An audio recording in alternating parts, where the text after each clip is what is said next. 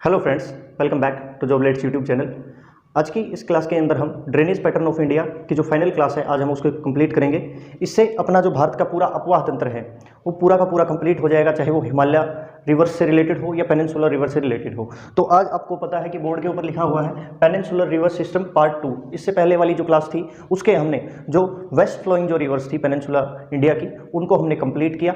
आज हम जो ईस्ट डायरेक्शन में यानी कि बे ऑफ बंगाल में जो गिरने वाली जितनी भी रिवर्स हैं, इंपॉर्टेंट रिवर्स हैं, आज हम उसको कंप्लीट करेंगे और इसी के साथ अपना जो रिवर्स से रिलेटेड जो टॉपिक है वो पूरा का पूरा कंप्लीट हो जाएगा।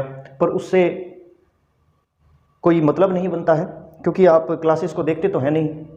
और आपको ये भी मैं पक्का बता रहा हूँ, मैं श्योर हूँ इस बारे में कि कोई भी पेपर आप उठा के देख लीजिए, किसी भी स्टेट का, कोई मान लीजिए स्टेट लेवल का हो या फिर नेशनल लेवल का कोई भी पेपर उठा के देख लीजिए, अगर उससे अपवाह तंत्र से रिलेटेड अगर आपको एक क्वेश्चन भी नहीं मिला तो ये गारंटी है आपको एक ना एक क्वेश्चन तो पक्का जरूर देखने को मिलेगा।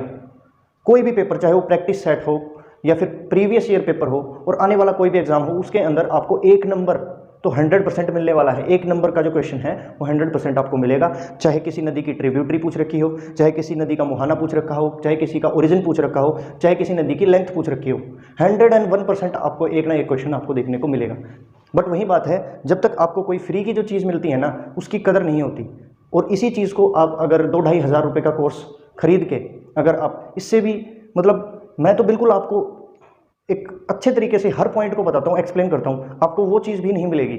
आपको डिजिटल बोर्ड के ऊपर पढ़ा दिया जाएगा, देख लो ये रहा। वैसे तो आप वैसे भी गूगल करके भी देख सकते हैं। अगर आपको समझना है तो आप ड्रॉ करिए, ड्रॉ करके बताइए, अच्छे तरीके से समझाइए और आप उसी तरीके से समझिए ताकि आप नोट्स भी उसी तरीके से प्रिपेयर कर सकें।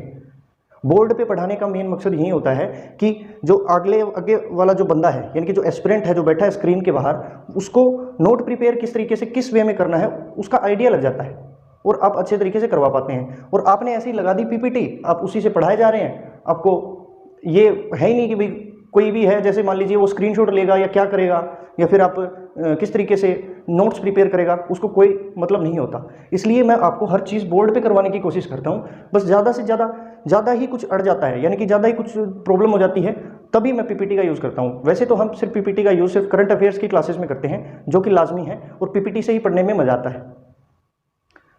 आज की जो क्लास है बहुत ज़्यादा बेहतरीन क्लास आपकी होने वाली है और आपको अच्छा लगेगा जान के कि जैसे ही हम क्लास कंप्लीट करेंगे और अगली एक क्लास मैं हो सकता है 10 या 15 मिनट की आपकी एक क्लास ले लूँ जिसके अंदर जो प्रीवियस ईयर क्वेश्चंस हैं वो मैं आपको करवाऊँ और आपको आपका कॉन्फिडेंस हो। अगर आपने ये क्लासेस को देखा है, मैं ये 5वीं क्लास है अपनी, इससे पहले जो अपनी क्लासेस हैं हमने 4 क्लास डिलीवर करी हैं, आज की ये 5वीं क्लास है। अगर आपने शिद्दत से इन क्लासेस को देखा है तो आप 101% उस क्लास को अगर लगाएंगे, आगे आने वाली जो क्लास है उसको लगाएंगे, तो आपका कॉन्फिडेंस जो है वो बहुत ज़्यादा मजबूत होगा।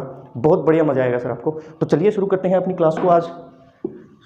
आज की क्लास के अंदर हम पढ़ेंगे दामोदर नदी, फिर महानदी, फिर पढ़ेंगे हम गोदावरी, फिर पढ़ेंगे हम कृष्णा, फिर पेन्नार, कावेरी और फिर वैगई नदी। हम इन नदियों को आज हम कवर करेंगे आज की क्लास के अंदर। और आपको ये जान के खुशी होगी कि नॉर्थ से लेकर साउथ तक का जो क्रम है कुछ इसी तरीके से क्रम है। पहले दामोदर आती है, फिर महानदी, फिर गोदावरी, कृष्णा, पेन्नार, कावेरी और वैगई नदी आती हैं। आज की इस क्लास के अंदर हम अपना जो मेन मोटिव क्या है, आज की क्लास के अंदर हम महानदी, गोदावरी, कृष्णा, कावेरी, ये जो 4 नदियां हैं इनको डिटेल में पढ़ना आज का मोटिव रहेगा क्योंकि इन्हीं से ज़्यादातर क्वेश्चंस पूछे जाते हैं। पेन्नार, वैगई और दामोदर से ज़्यादा क्वेश्चन नहीं पूछे जाते। दामोदर से सिर्फ एक ही क्वेश्चन पूछा जाता है कि पश्चिम बंगाल का शोक किसे कहा जाता है, बस वहीं घुमा फिरा के उसी क्वेश्चन को बार बार पूछा जाता है। बट आज हम महानदी से शुरू करके गोदावरी, कृष्णा, कावेरी और फिर ये जो बाकी की जो 3 नदियाँ हैं हम उनको कवर करेंगे। तो शुरू करते हैं अपनी महानदी से।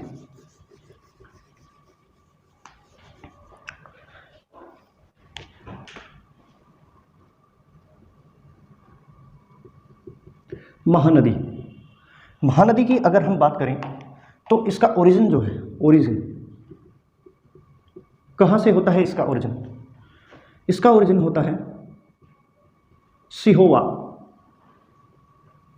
हिल्स, सिहोवा हिल्स है ये, सिहोवा पहाड़ी है, वहाँ से होता है, कहाँ से, छत्तीसगढ़ से, छत्तीसगढ़ से इसका ओरिजिन होता है। कुछ यहाँ से इसका ओरिजिन होता है, कुछ इस तरीके से, मतलब एक क्वेश्चन मार्क, मतलब जिस तरीके से एक क्वेश्चन मार्क होता है ना, उसी तरीके की इसकी शेप होती है, बस इसको थोड़ा सा ना उल्टा कर दीजिए, इस तरीके की इसकी शेप होती है। तो यहाँ से इसका सिहोवा हिल से इसका ओरिजिन होता है। और ये नदी जो है ये बहुत ज़्यादा उपजाऊ है, उपजाऊ नदी है ये, इसके अंदर कोयला खास तौर पर पाया जाता है। और आसपास के जैसे कि एमपी, बिहार, छत्तीसगढ़, उड़ीसा जो राज्य हैं, इनके अंदर इसका अपवाह तंत्र है। अगली बात करें तो इसकी लेंथ कितनी है, 857 किलोमीटर की इसकी लेंथ है। कई किताबों में इसको 851 किलोमीटर भी मिलता है, बट जो मेन डाटा है ये 857 किलोमीटर का इसकी लेंथ है। और ये कहाँ से ओरिजिन होती है, ये होती है छत्तीसगढ़ से ओरिजिन होती है, यहाँ से कुछ इस तरीके से चल के और बे ऑफ बंगाल में आके गिर जाती है। ये इसका शेप है। और यहाँ से सिहोवा हिल से निकलती है। खास बात क्या है इसकी, यहाँ पर क्या पड़ता है, हीराकुंड डैम।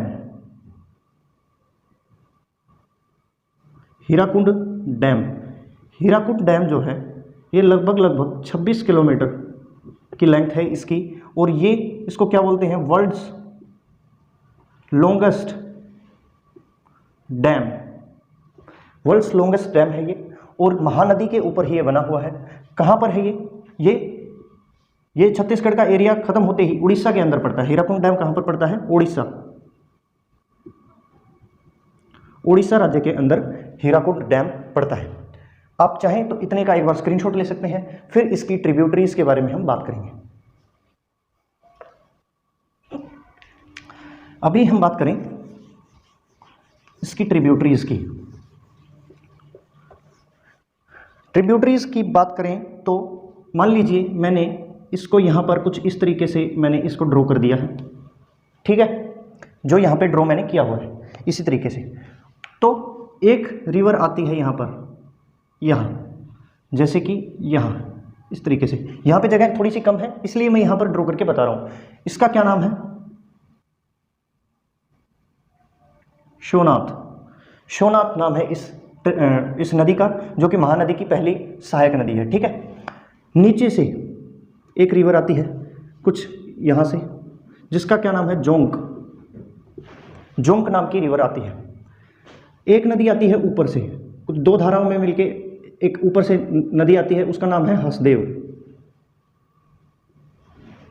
हसदेव आई, कुछ यहाँ पर इस तरीके से आई, ठीक है। एक रिवर आई ऊपर से ही जिसका नाम है मांड,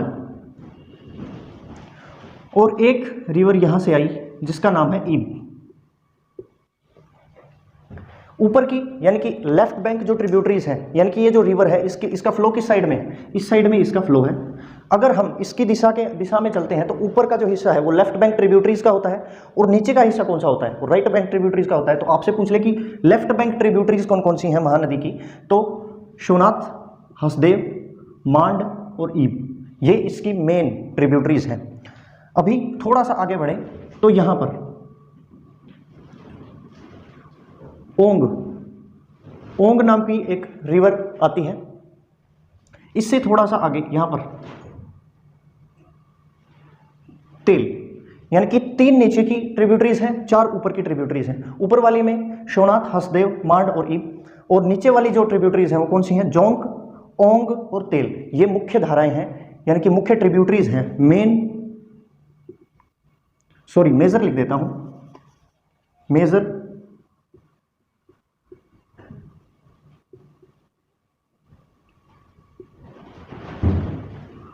मेजर ट्रिब्यूटरीज हैं इसकी, यानी कि इसकी जो ये महानदी है, महानदी की मेजर ट्रिब्यूटरीज इस तरीके से हैं। आपको यहाँ पे भी मैं बता देता हूँ, यहाँ से आई सोनाथ, हसदेव, मांड और ईब, और नीचे से आई है जोंक, जोंक के साइड से आई ओंग, और यहाँ से आई तेल। ये यहाँ पर इसकी कुछ ट्रिब्यूटरीज हैं। अगर मैं आपको यहाँ पर बताता तो आपको समझ में नहीं आती ये चीज़ें, और यहाँ पर मैंने बताई है तो ये चीज़ें आपको समझ में आई होंगी। इनमें से जो सोनाथ, हसदेव, मांड और जोंक और ओंग, ये जो चार की चार जो रिवर्स हैं, ये सारी की सारी कहाँ पर पड़ती हैं?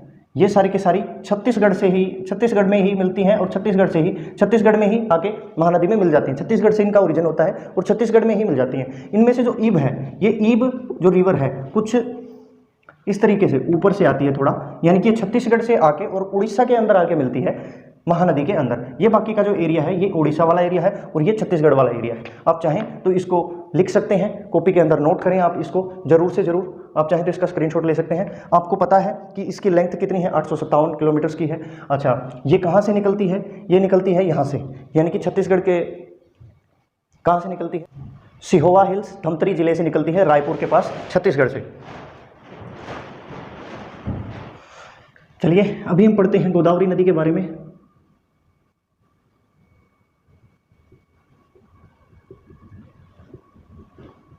गोदावरी रिवर में सबसे इंपॉर्टेंट क्या है? इसकी लेंथ है। लेंथ क्यों? क्योंकि इसकी लेंथ जो है ये 1465 किलोमीटर की इसकी लेंथ है, जो कि इसको second longest river of India बनाता है। Second longest river of India है ये। इसका ओरिजिन की बात करें, ओरिजिन कहाँ से होता है? इसका ओरिजिन होता है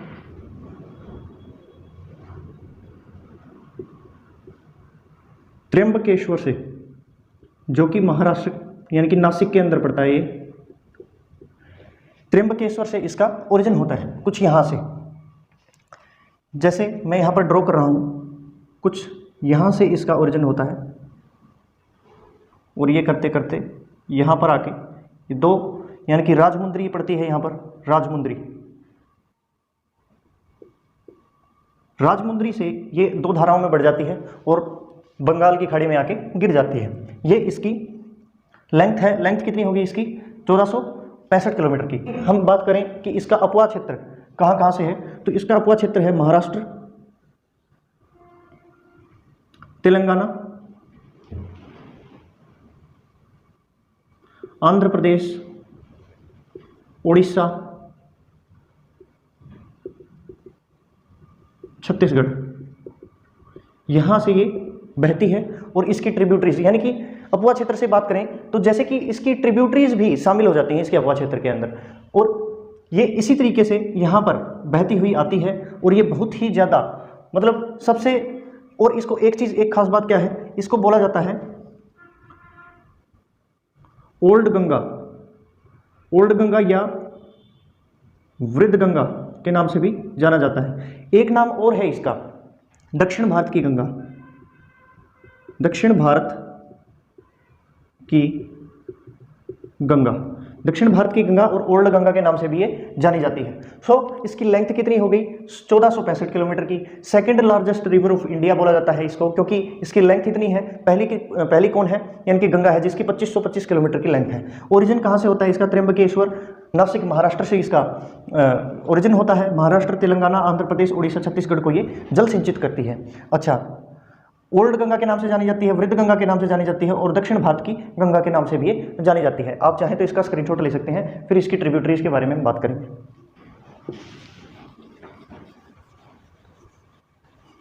अभी हम बात करते हैं इसकी ट्रिब्यूटरीज के बारे में।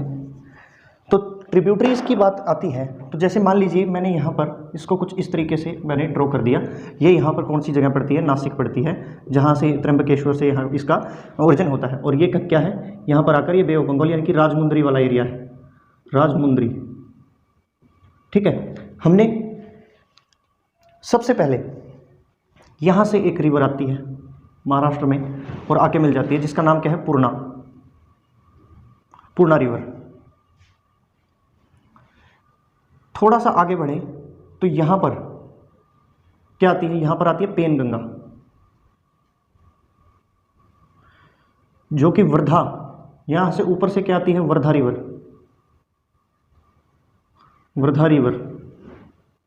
और साइड से थोड़ा सा आगे चल के यहाँ पर क्या मिलती है इनसे, वेनगंगा,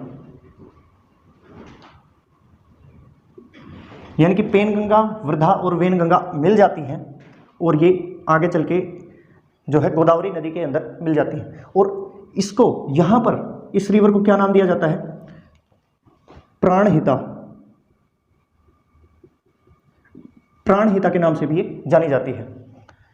थोड़ा सा आगे बढ़ें तो यहां से आती है इंद्रावती,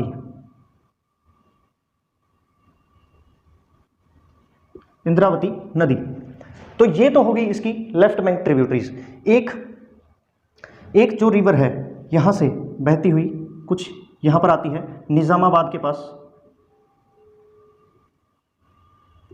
यहां पर पड़ता है निजामाबाद, जो कि यहां पर आके मिलती है। इसका नाम क्या है, मंजरा रिवर। मंजरा रिवर जो है ये पहली कौन सी है, पूर्णा, फिर मंजरा, फिर पेनगंगा, वर्धा और वेनगंगा, ये तीनों मिलके कौन सी बनाती हैं, प्राणहिता रिवर का निर्माण करती हैं। ये मेन ट्रिब्यूटरीज हैं। और इंद्रावती, ये सारी की सारी मिलके गोदावरी की जो ट्रिब्यूटरीज हैं, और जो ये नासिक से निकलती है, नासिक कहाँ से, त्र्यंबकेश्वर से निकलती है और बे ऑफ बंगाल में जाके गिरती है। कहाँ से अपनी दो धाराओं में बढ़ जाती है, ये दो धाराओं में बढ़ती है, कहाँ से, राजमुंद्री के अंदर ये दो धाराओं में बढ़ती है। और 1465 किलोमीटर की इसकी लंबाई है। महाराष्ट्र, उड़ीसा, छत्तीसगढ़, आंध्र प्रदेश, तेलंगाना को ये सिंचित करती है ये रिवर।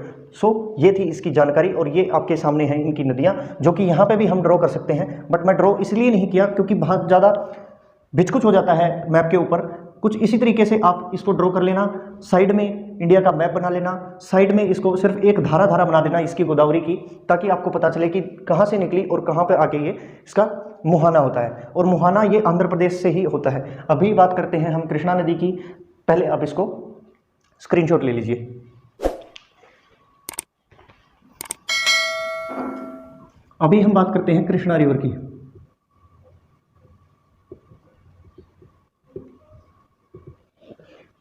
भगवान कृष्ण के नाम पे इनका, इस नदी का नाम रखा गया है। इस नदी की जो लंबाई है, लेंथ क्या है, 1400 किलोमीटर की है। कहीं कहीं पर 1401 किलोमीटर भी लिखा होता है। मैंने आपको दोनों के दोनों लिखवा दिए हैं। 1401 किलोमीटर या 1400 किलोमीटर की इसकी लंबाई है। कृष्णा नदी के अंदर हीरे पाए जाते हैं। ये फेमस किस लिए है, हीरे पाए जाते हैं, यानी कि जो मिट्टी ये बहा के लेके आती है, उनको छानने पर इस नदी के अंदर छोटे छोटे हीरे पाए जाते हैं। अच्छा, ये कहाँ से ओरिजिन, कहाँ से होता है इसका ओरिजिन, कहाँ से होता है, ओरिजिन होता है महाबलेश्वर से।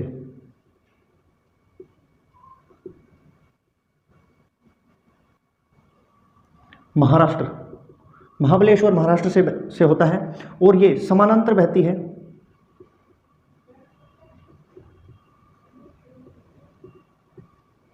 गोदावरी के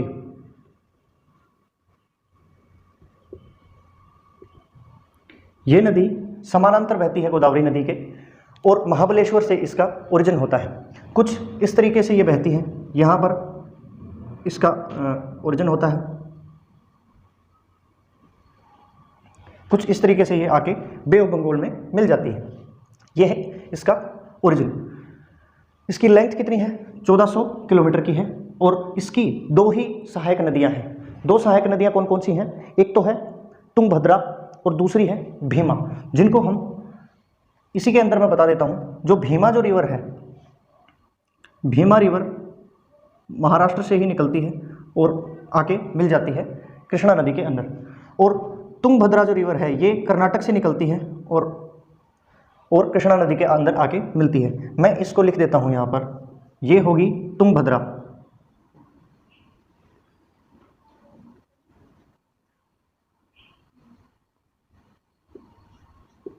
और ये कौन सी है, ये है भीमा। ये इसकी सहायक नदियां हैं, जिसकी लंबाई कितनी है, 1400 किलोमीटर की है। हीरे पाए जाने के कारण ये फेमस है। और महाबलेश्वर महाराष्ट्र से इसका ओरिजिन होता है, समानांतर बहती है गोदावरी नदी के।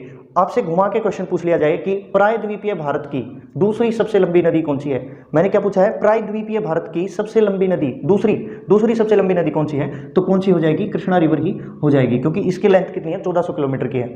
अच्छा, पहली कौन सी है, पहली है आपकी प्रायद्वीपीय भारत की पहली सबसे लंबी नदी गोदावरी। आप चाहें तो इसका स्क्रीनशॉट ले सकते हैं। कृष्णा रिवर आपकी खत्म होती है यहीं पर, क्योंकि हमने इसको मैप के थ्रू भी हमने दिखा दिया कि ये तेलंगाना से होते हुए, अच्छा मैं आपको बता दूं कि ये महाराष्ट्र, तेलंगाना, कर्नाटका और आंध्र प्रदेश को सिंचित करती है। ये 4 राज्यों से होकर गुजरती है ये रिवर। आप चाहें तो इसका स्क्रीनशॉट ले सकते हैं। अभी हम बात करते हैं कावेरी नदी के बारे में। कावेरी, जिसको इस तरीके से भी लिखा जाता है कावेरी, कावेरी, ठीक है, और हिंदी में इसको बोलते हैं कावेरी नदी। हिंदी में तो ऑब्वियसली नाम तो नाम ही रहेगा, बस मैंने लिख दिया है।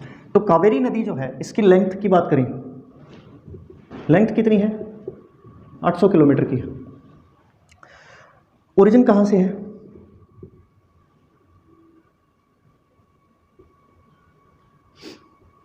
ब्रह्मगिरी हिल्स, कर्नाटका। यानी कि देखा जाए तो कर्नाटक से निकल के तमिलनाडु तक ये बहती है और मात्र 800 किलोमीटर की इसकी लंबाई है। तो क्या है कि कर्नाटक और तमिलनाडु के बीच में हमेशा से ही जल विवाद रहा है कावेरी नदी के लेकर, कावेरी नदी को लेकर, क्योंकि ये एक रिवर है जो यहाँ से कुछ यहाँ से बहती हुई कुछ इस तरीके से बहती है और बे ऑफ बंगाल में जाके गिर जाती है। यहाँ पर कौन सी जगह पड़ती है? ये यहाँ पर पड़ती है ब्रह्मगिरी हिल्स, जहाँ से इसका ओरिजिन होता है। और कर्नाटक और तमिलनाडु के बीच में एक नदी विवाद है जो बहुत सालों से चल रहा है उसके पानी को लेकर, क्योंकि और मेन कारण क्या है कि कावेरी नदी जो है ये पूरे वर्ष बहने वाली नदी है। पेनेरियल रिवर भी इसको बोला जाता है, क्योंकि इसका कारण क्या है कि इस साइड से जो मानसून उठती है, यानी कि जून में जो मानसून की शुरुआत होती है, तो यहाँ पर कौन सी हिल्स पड़ती हैं? नीलगिरी हिल्स वगैरह पड़ती हैं यहाँ पर इस एरिया के अंदर। तो यहाँ पर जो हिल्स के कारण, ज़्यादा पहाड़ी क्षेत्र होने के कारण यहाँ पर वर्षा होती है, जिससे इसका पानी मेंटेन रहता है। और इसी तरीके से जो रिट्रीविंग मानसून है, जो रिट्रीटिंग मानसून है, जो दिसंबर जनवरी के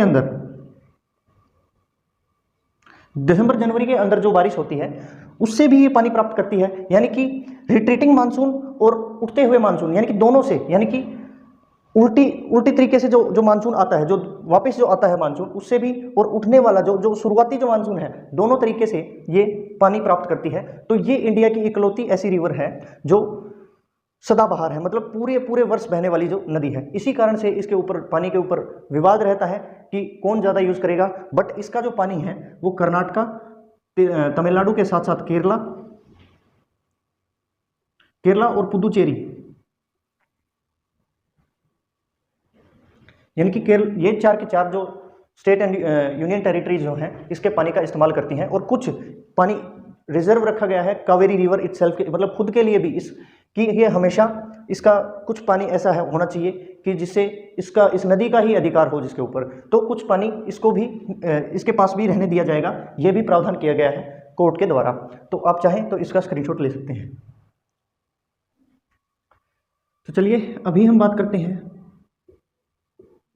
पेन्नार रिवर के बारे में, जिसको पेन्ना रिवर भी बोला जाता है। इसकी लेंथ कितनी है? 597 किलोमीटर की इसकी लेंथ है। और इसकी खास बात क्या है कि ये पहले नॉर्थ की साइड में उठती है, ऊपर की तरफ उठती है, और फिर राइट साइड में, यानी कि ईस्ट डायरेक्शन में बहती है। पहले नॉर्थ की साइड में चलेगी इस तरीके से, नॉर्थ की साइड, यानी कि ऊपर उठेगी पहले और फिर मुड़ जाएगी ईस्ट डायरेक्शन की तरफ। तो ये जो रिवर है ये कहाँ से लेकर, और इसका जो ओरिजिन है वो लिख देता हूँ। इसका ओरिजिन है Nandi hills,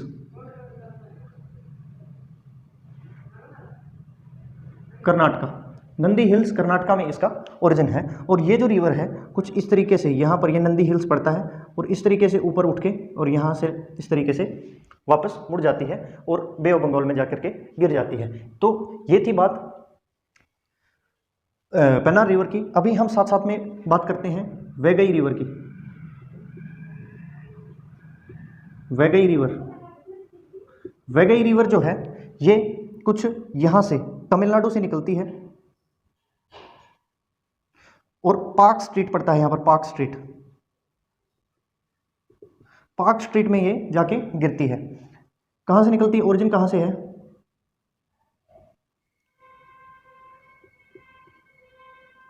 वर्षनंद hills, Tamil Nadu. Important क्यों है, क्योंकि इसका जो मुहाना है, माउथ कहाँ है इसका, माउथ है इसका पार्क स्ट्रीट। ऐसी कौन सी रिवर है जो पार्क स्ट्रीट में जाके गिरती है, तो वो कौन सी है, वैगई रिवर। अभी एक बचती है अपनी दामोदर रिवर। दामोदर मैं एक बार मैं इसको, आप इसका स्क्रीनशॉट ले लीजिए एक बार। दामोदर रिवर में कुछ ज़्यादा है नहीं। बात करें दामोदर नदी की, दामोदर नदी, दामोदर नदी की बात करें तो इसका ओरिजिन कहाँ से होता है, ओरिजिन होता है छोटा नागपुर के पठार से, प्लेट्यू, छोटा नागपुर प्लेट्यू से इसका ओरिजिन होता है। और ये झारखंड और वेस्ट बंगाल से होके बहती है ये रिवर, कुछ इस तरीके से बहती है ये रिवर और यहाँ पर आकर के गिर जाती है। एक खास बात क्या है, इसको रिवर ऑफ फॉसिल्स भी बोला जाता है, river of fossils, river of fossils भी बोला जाता है। इसका कारण क्या है, क्योंकि यहाँ पर इस नदी के अंदर बहुत ज़्यादा प्रदूषण के कारण इसको रिवर ऑफ फॉसिल्स यानी कि जीवाश्मों की नदी भी इसको बोला जाता है। और ये झारखंड और पश्चिम बंगाल को सिंचित करती है। और पश्चिम बंगाल का शोक अगर पूछा जाए तो क्या है, दामोदर नदी है। और इसका ओरिजिन कहाँ से होता है, छोटा नागपुर प्लेटो से होता है। और वैगई रिवर मैंने आपको बता दिया। तो इस तरीके से आज हमने 1, 2, 3, 4, 5, 6 और 7 के साथ जो रिवर्स हैं जो बे ऑफ बंगाल के अंदर आके गिरती हैं, हमने सारियों को, जितनी भी रिवर्स हैं आज इंडिया की, अपनी जितनी भी जो मेनली रिवर्स हैं, हमने सारी की सारी विद ट्रिब्यूटरीज हमने कंप्लीट कर लिया है। आई होप कि ये जो सीरीज़ है आपको पसंद आई होगी। 5 क्लासेस के अंदर हमने इसको एक बहुत बेहतरीन तरीके से हमने इसको समझाने की कोशिश की है। आई होप कि ये वीडियो आपको अच्छी लगी होगी। मिलते हैं अगली क्लास के साथ, एक नए टॉपिक के साथ मिलते हैं। तब तक के लिए जय हिंद।